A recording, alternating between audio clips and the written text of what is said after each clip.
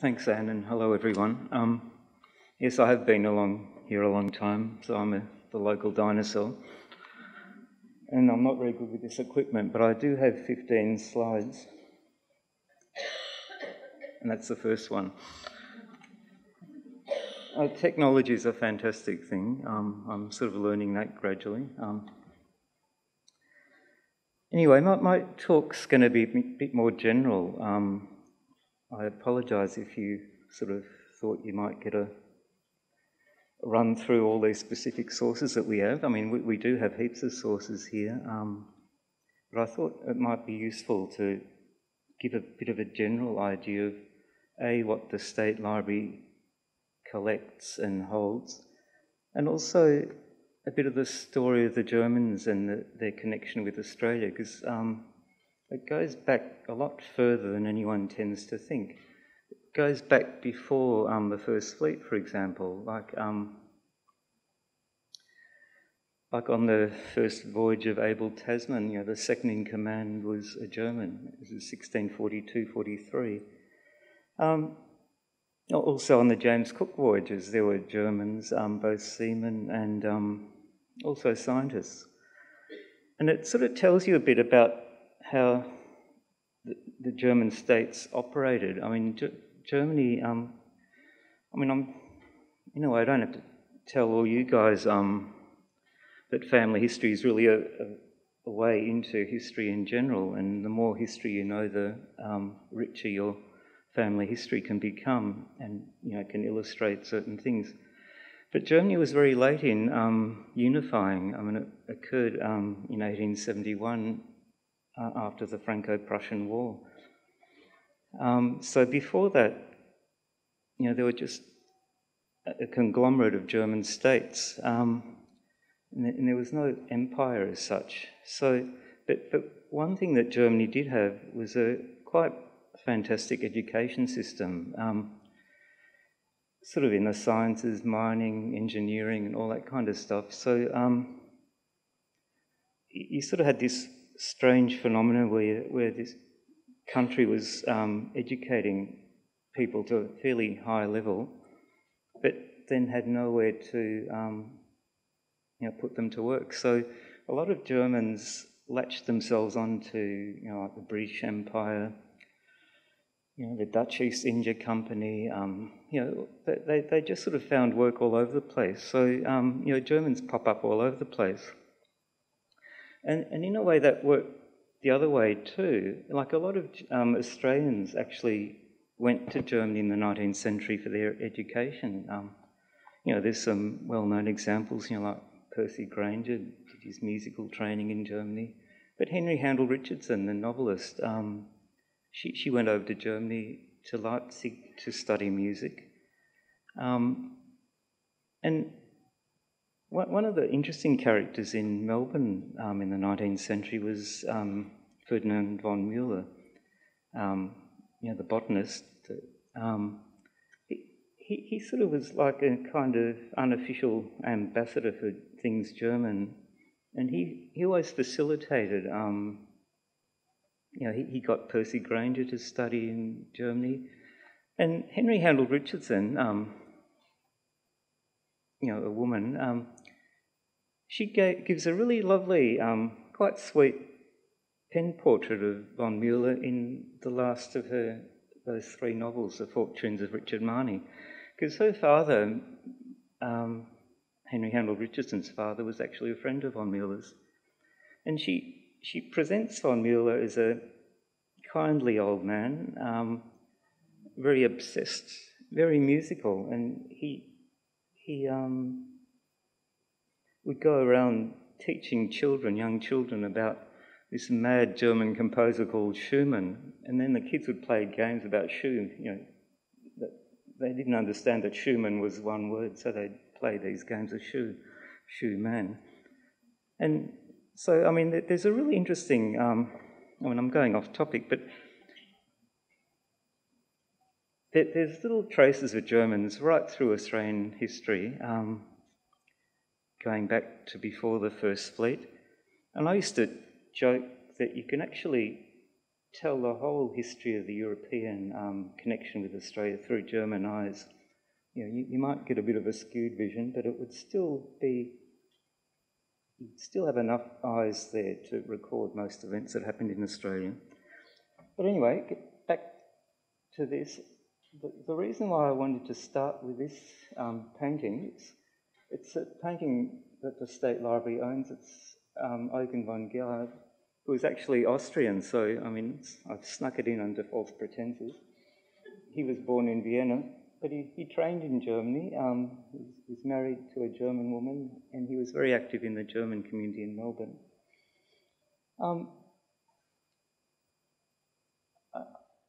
This is the kind of painting that was actually ridiculed at the time when it was done. It wasn't seen as art. It was sort of seen as too suspicious, a bit too scientific and not arty enough. It didn't sort of give you a feeling of uplift or whatever art's meant to do.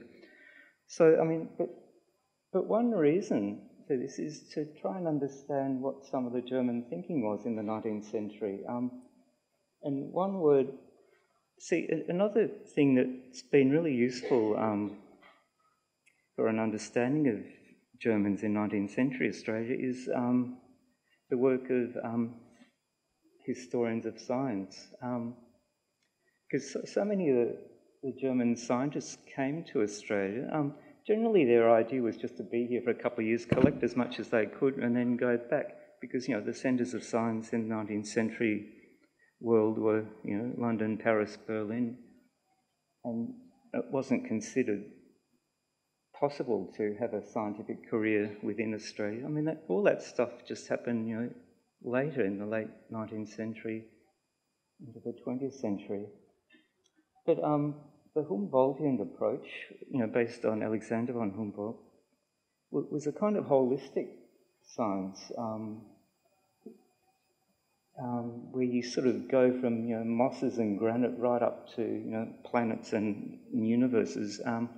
And the idea was to try and bring it all together into one thing, or one vision. And von Gerhard was imbued by that kind of thinking. And this painting, which is the northeast, the high country of Victoria, he painted it later on in Melbourne, but it was based on hollow sketches he did on an actual scientific trip that he was with von Neumayer, who was established the observatory in Melbourne, and he also did a magnetic survey of all of Victoria. I mean, a lot of the locals here thought he was crazy because he didn't come here to make money. He came to do all these weird things, and that was a dilemma with a lot of these scientific type people. So they've never really been granted their due. But anyway. So one thing I want to do is just introduce you to some of these Germans, but the other thing is to introduce you to the State Library of Victoria. In a way, for anything to do with the 19th century, this is probably the best library in Australia. Mainly because of gold, I think, and the vision of Redmond Barry. I mean, poor old Redmond Barry gets bagged for having sentenced Ned Kelly to death, but before that, he established institutions like the State Library, University of Melbourne. The foundation stones were laid on the same day. But also, it was a time when there was money in Victoria through gold. It's the 1850s. And also it was a time when he realised, he was one of the kind of 19th century visionaries who realised that if there's going to be a future for European settlement in Australia, then you'll have to start providing all the infrastructure, like libraries, universities and so on. So the State Library, which was public library Victoria in those days, it was established on one of the most astonishingly broad-minded foundations.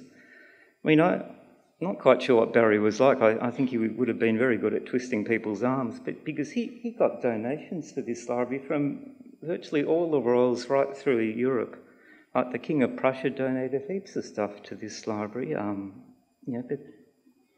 he wasn't exceptional. Barry just, went on these tours of Europe and just twisted everyone's arm. And also, his whole philosophy for this library was, the best of everything.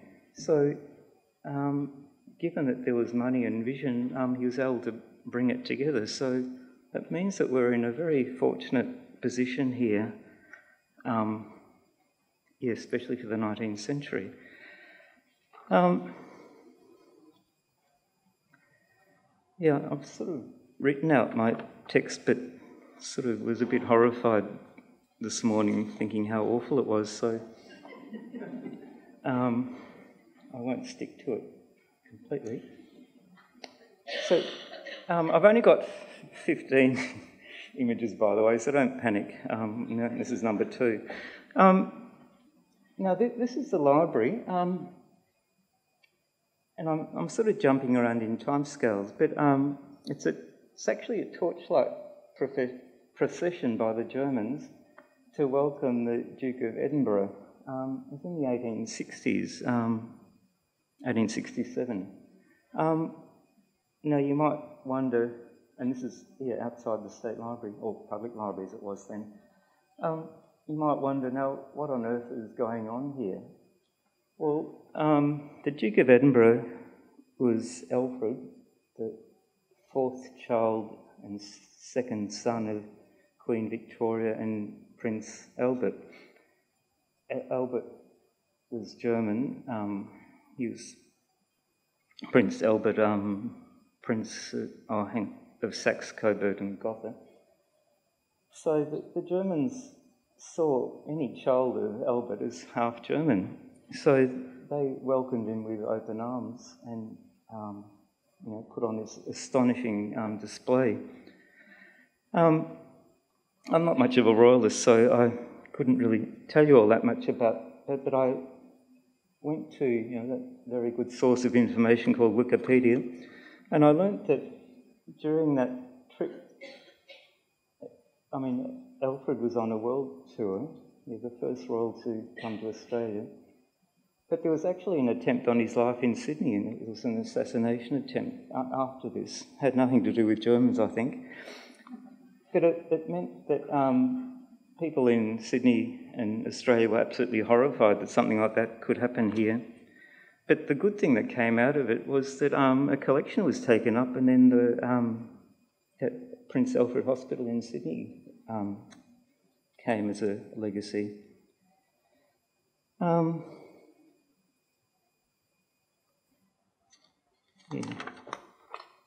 So anyway, we'll move on to number 3. Now, I guess what I should have introduced this kind of thing a bit earlier, because this is the Lutheran Church in Minyip in the Wimmera. And while I've been talking so far about scientists and various individuals, the big waves of German migration were, of course, the Lutherans, starting in 1838, coming to Adelaide. But it's really interesting, by tracing where the Lutheran churches are, they sort of spread across Victoria, the Western District, Wimmera, Mallee, across to Albury, up New South Wales to Queensland, Darling Downs and so on. By tracing where the Lutheran churches are, you can actually pinpoint all these migration waves. This is St John's in Minyip.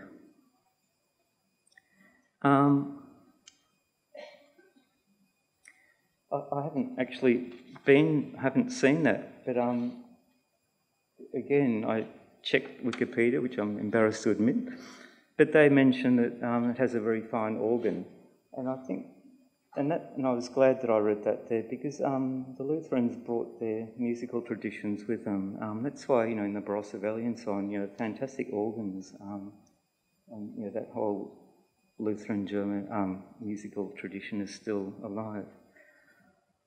And also, South Bank, St John's in South Bank, they have those Bach cantatas.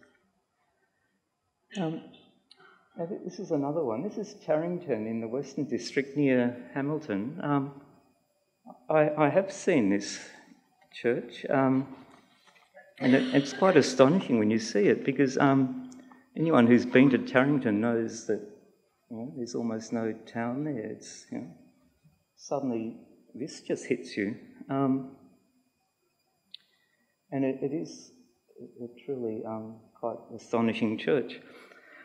I included this slide or this picture just to remind us all that the original name for Carrington wasn't Carrington, or the original name that Europeans gave it, but Hochkirch, which is High Church.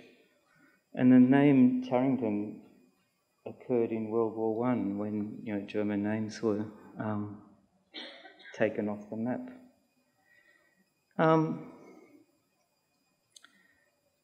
Because it's sort of, now that we're in the 21st century and we sort of look back, the big thing that sort of hits us all is, the absolute catastrophe of World War II, from a German angle, the whole Nazi stuff. So we tend to forget that World War I, from an Australian angle and from Germans in Australia, had the biggest effect you could possibly imagine. And I'll sort of come back to that a bit as we go along. But because I have been here forever, I'd sort of like to, when I talk about Lutherans, I'd like to acknowledge an old guy who used to come here a lot. In a way, a lot of my colleagues couldn't bear listening to him because he would just talk and talk and talk and talk. And me being I wasn't fast enough on my feet, I was the one who got stuck with him all the time. But it was to my advantage, I reckon, because, he just had so many stories. And, I hope one of his relatives here, Alan Shocknet. He's dead now, but he used to tell me about all the Lutherans in the Wimmera Mallee, and if I was even vaguely interested in anything, he'd give me, 50 contacts. He said, now, ring this person, ring that person. And I said, look, Alan, I can't. But anyway, but it was through him that I learned a huge amount. And he was, one thing that really obsessed him was his grandfather, who was a missionary in Killapanina in the northeast corner of South Australia, which was the first Hermannsburg mission.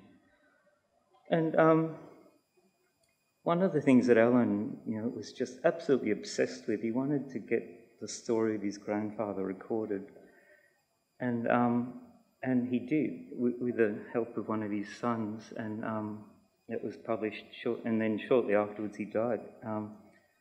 I don't think there was a causal thing, but it was something that obsessed him. But the big thing in that book is that there's two appendices.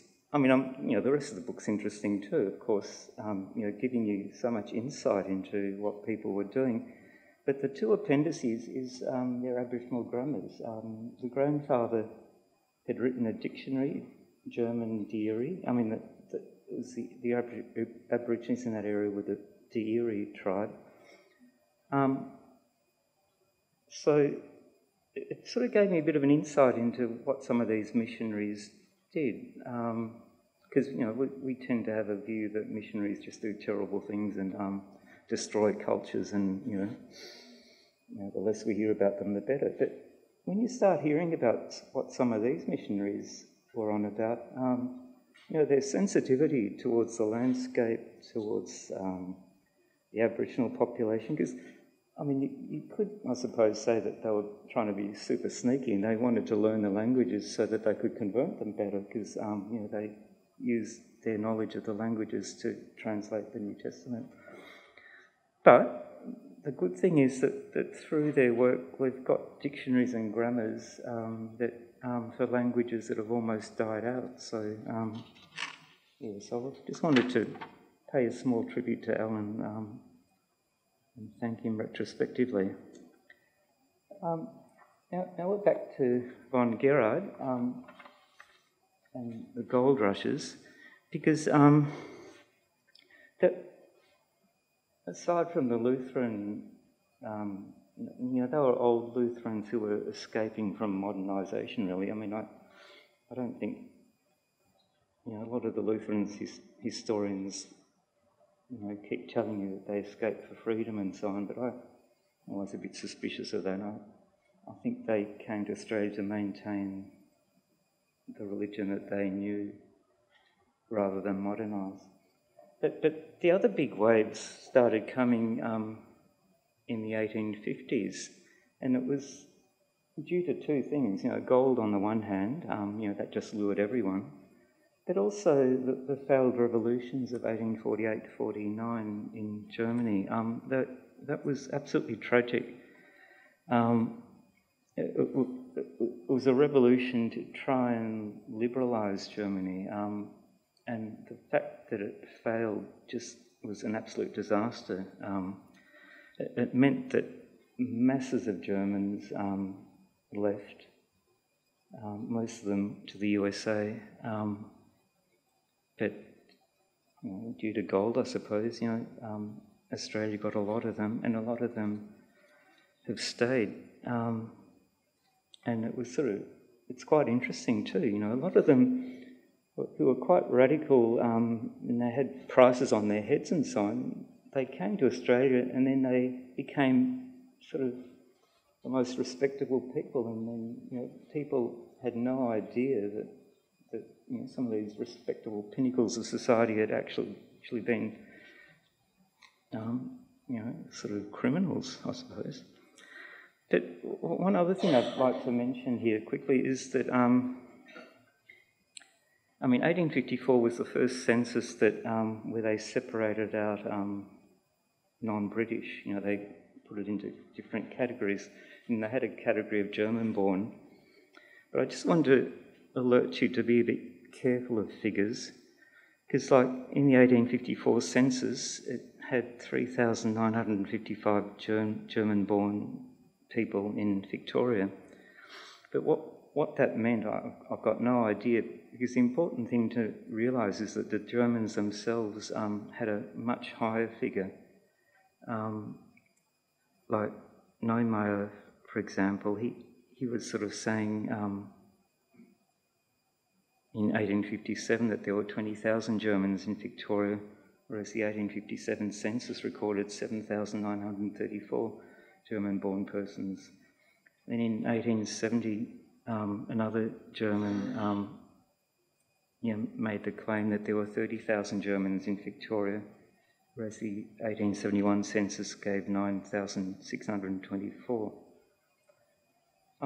These are just things that, any historian has to and family historians are historians in a very real sense. So you have to grapple with all these things and try and work out what does it mean.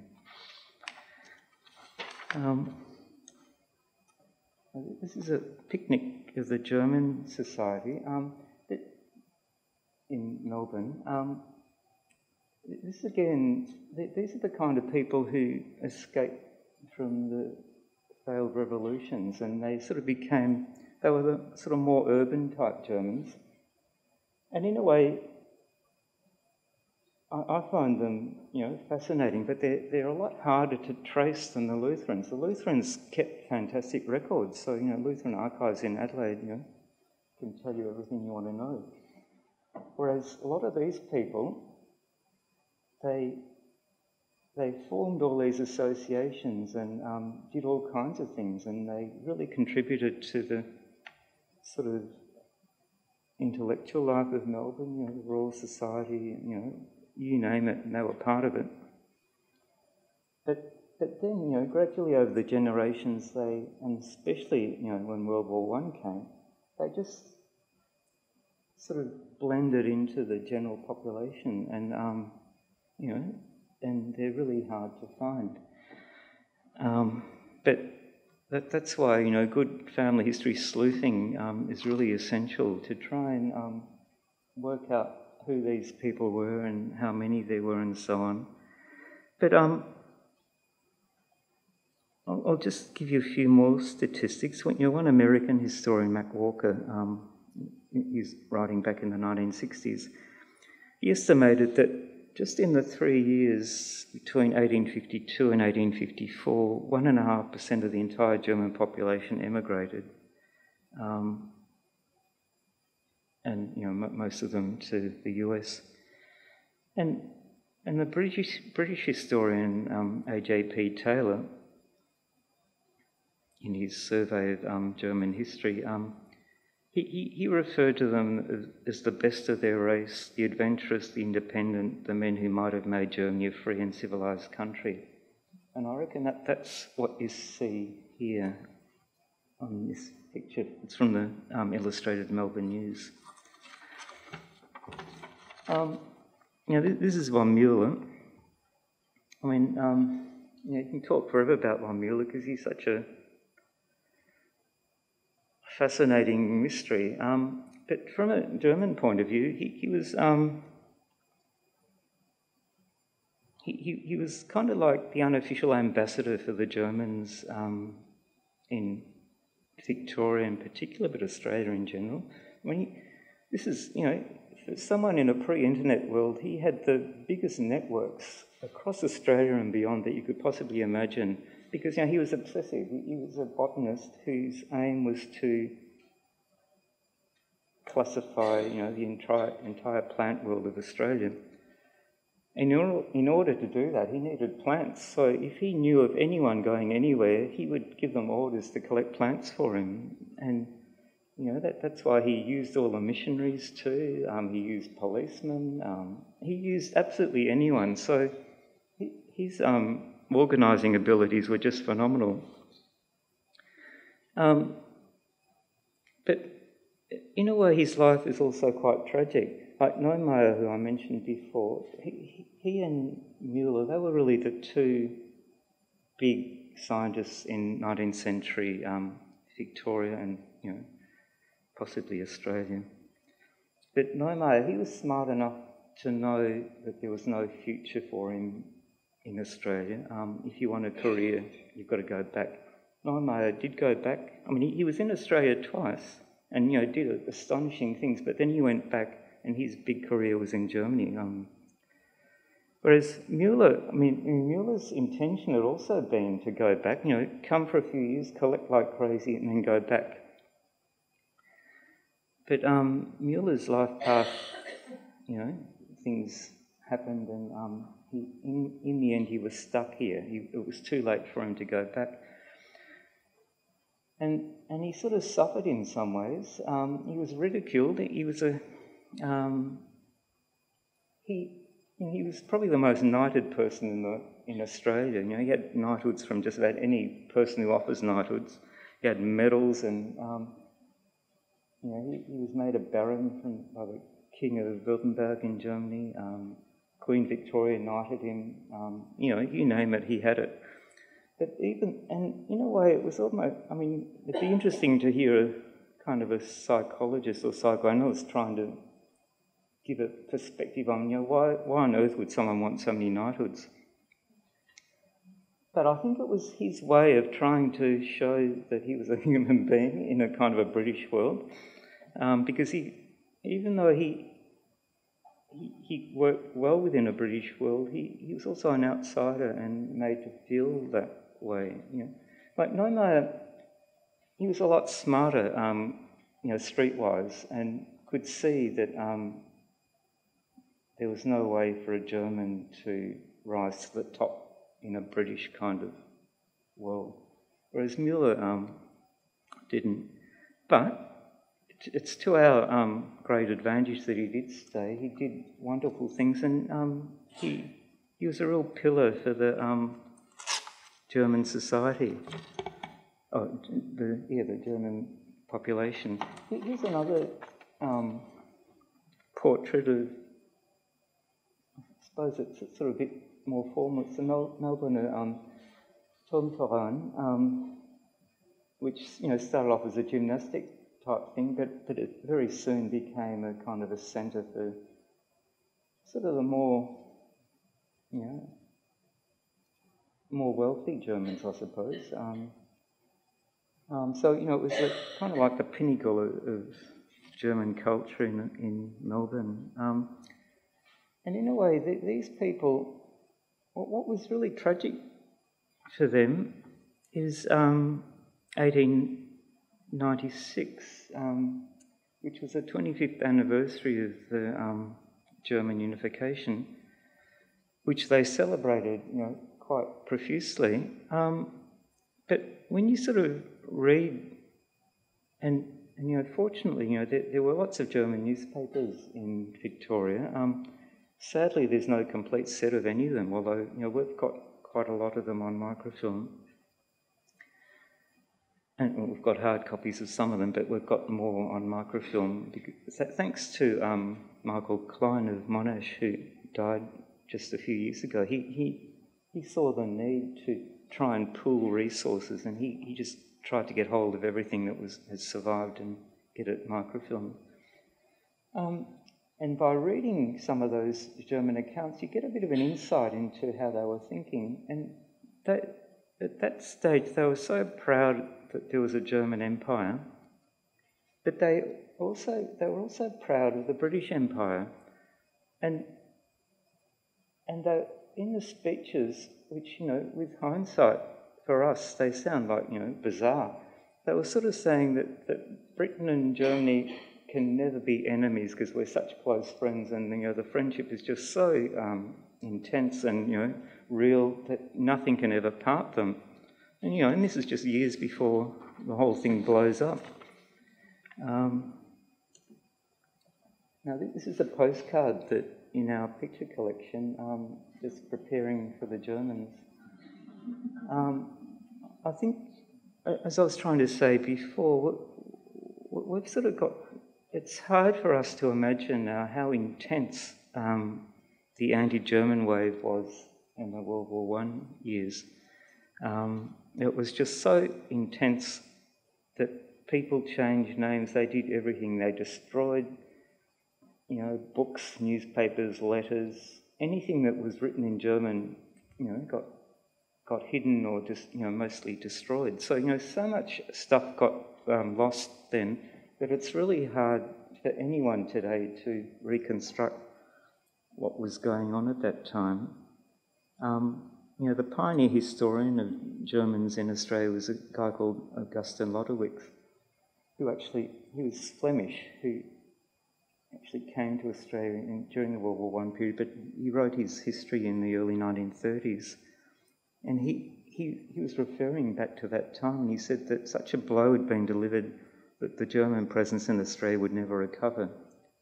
Then a later historian of that period, Gerhard Fischer in Sydney, he just concluded that there was no future for a German-Australian community. And in a way, after World War I, between the wars, there was virtually no German migration to Australia, or until the flow of people escaping from, Nazism that was starting to form, in the late 1920s, early 30s, before Hitler took over formally in 1933. But another rule that all historians know is that there's no such thing as hard and fast facts. This is Sir John Monach, the great, the revered World War I leader. And what a lot of people don't know is his German background. It was German-Jewish. But Monach, the name was spelled M-O-N-A-S-C-H. And his father, when the Franco-Prussian War was on, Monach's father was, so gung-ho German, he named his house Germania. And John Monach, grew up bilingually, and later in his life he always wrote to his father in German. I mean, it's something that people, have forgotten, I think. But one book, I didn't want to recommend any books because I used to hate people recommending books because it always made you feel inadequate. But one book that I will mention, without necessarily recommending, but It's a book called German Anzacs in the First World War, published in 2003 by a guy called John Williams. It just sort of showed how many people of German extraction had actually fought in the Australian Army. It's sort of sobering to sort of see that. Now I'm sort of jumping. This is from the State Library is always fortunate in that a lot of people donate things to it, and this is a drawing by Fred Lowen, who was a Dunera boy. The Dunera boys were basically young, most of them were Jews, not all, German and Austrian Jews, where the parents, when they sort of saw that things were going terribly wrong, they sent their children to England for safekeeping. But then when war broke out, World War II, the British sort of panicked and saw these German males of military age as a threat. So they interned them and sent them to the colonies, or some of them were sent to Canada, and the Dunera was the famous or infamous ship that brought a lot of them to Australia. Again, it was Australia's big boon because, it was one of the most culturally advanced group that, came to Australia, I think, since, from the German world, since the people escaping the 1848-49 revolutions. But anyway, this drawing is called Euler's Ecke. I'm not sure who Euler is, but Ecke means corner. It just shows how, these are the belongings of one person. This is what he brought with him, a person's sole possessions. And it just says orange. Yesterday, Fred Lowen did write a book of memoirs, and I was looking at it yesterday. I was trying to identify who Euler was. It's obviously a nickname for one of his friends, but I couldn't work it out. And this is another picture of, this is Tatura. The other one was Orange in New South Wales. This is Tatura in northern Victoria, where a lot of the Dunera people were sent. And a lot of other Germans were interned there as well. This drawing, it's by a guy called Kurt Winkler. He just signs himself as Kerwin, 1944. And again, he later on left Australia. But in 1987, he published memoirs in London called My Vagabond Life, an extraordinary eyewitness account of the 20th century by a cosmopolitan artist. And I was looking at that yesterday too. I remember having seen it, maybe 20 years ago. But really glad that this library collects all that kind of stuff. Because when you see someone's memoirs, they just sort of give you a bit of background to what happened to them. Now this is the guy I'm working on, Kurt Offenberg. I can talk to you or waffle on forever, but in a way, what I find quite tragic is he's been almost forgotten in Australia. He was here from the early 1930s till his death in 1947. He was only in 46. Sorry, he was 47 when he died. He worked for the ABC, which was absolutely astonishing.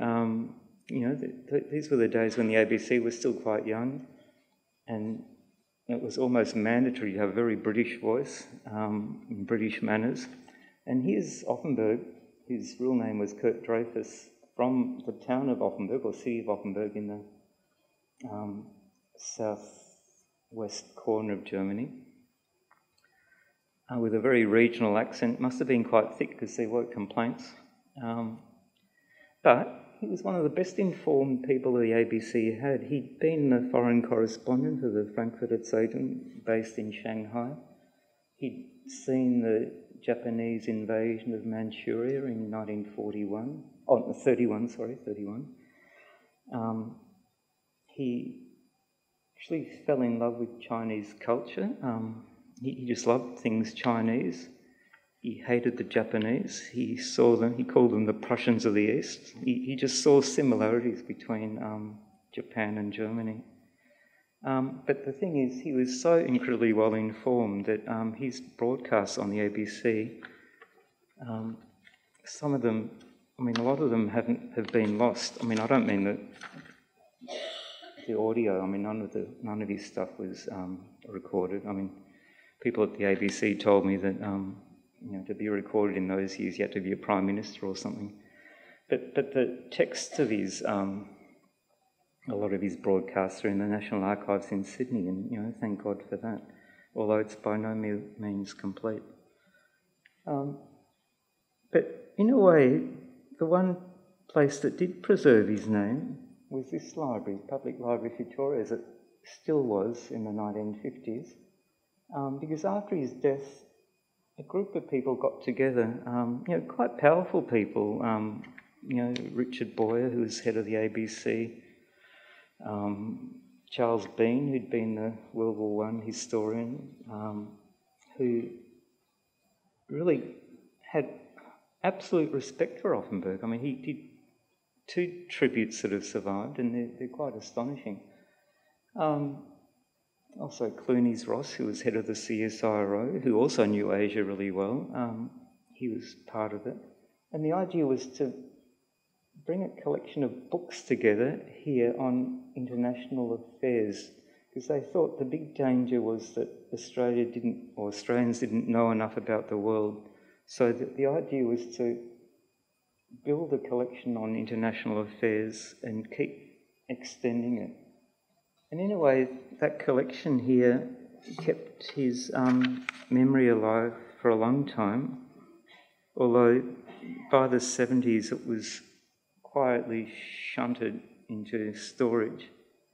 And then there was a period where no one had a clue what it was. And gradually his memory faded here too. The annual reports of this library, couldn't even spell his name right, because there was money attached to the fund. So every year there was a little line, every time spelled a bit differently. But anyway, so what I'm trying to do now is try and piece together what we can on him. And if I've got time just for one more, this is one I'd like to end on. This is Ursula Hoff, and this is the one image that's not from the State Library's collection. It's from the National Portrait Gallery in Canberra. Thank God for the internet, because you can pinch people's things. Ursula Hoff was an art historian. She came to Australia in December 1939. Her story is fascinating. She was actually born in London. Her dad was Jewish, German Jewish, and her mum was German Lutheran.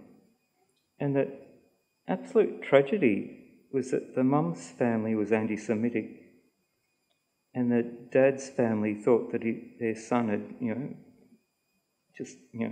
did something shocking by marrying the wrong person. So, and she was an only child, grew up in Hamburg, where her father was a businessman, and had a fantastic education. And then, of course, she just started a doctorate when the Nazis came to power. The family went to England straight away in 1933, and she wanted to finish her doctorate at the University of London, but the advice they gave her was that go back, finish it in Germany. So she went back and then finished her doctorate in Germany, then went back to England. But then she, it was hard. She did sort of odd jobs in the art field, but, one of the tragedies of being an art historian is that there were lots of them and, few jobs.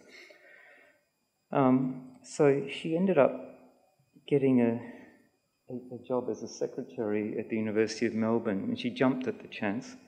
So she came on her own to Australia. The war had already broken out, because I knew her a bit late in her life, and I used to tease her and just try and get her to talk.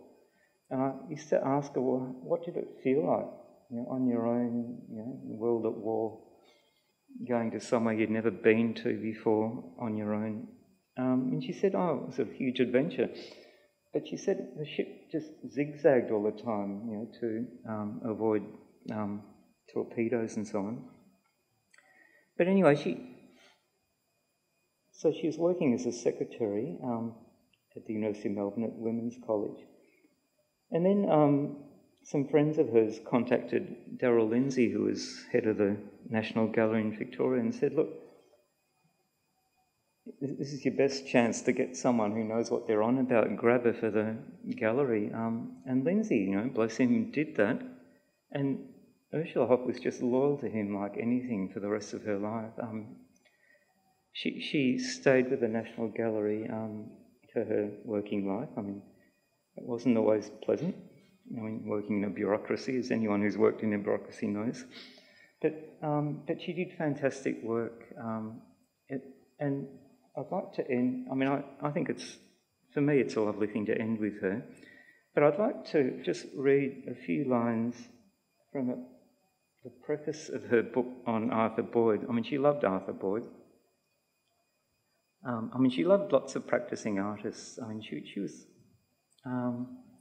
because, she was a very private person, quietly spoken. People who knew her earlier said she was very strict, but, she kept her private life to herself. So it kind of amused me in the preface to her book on Arthur Boyd, she just opens up a little bit. And then she just says here, when in the early 1940s I came to live in Melbourne and went in search of private galleries, I was depressed by the scarcity of art made in a contemporary idiom. In early youth, I'd come to love the work of Franz Marc, Paul Klee, Oskar Kokoschka and their contemporaries. And, she sort of goes on, and then, how she'd seen Cézanne's work, Picasso and the Surrealists. And then she comes to, Australia and, is a bit horrified by drabness. But then, when she met Arthur Boyd, and first, who was then living in Murrumbeena, which was obviously quite different to what it is now, she was just bowled over. And then she describes the first visit to Boyd, and then she says, it left such a vivid impression that to this day the Murrumbeena of my memory resembles the world landscapes of Peter Bruegel, and I remain convinced that the blue waters of Port Phillip Bay could be seen from the Boyd's garden. Okay, I think I'll end there, but thank you.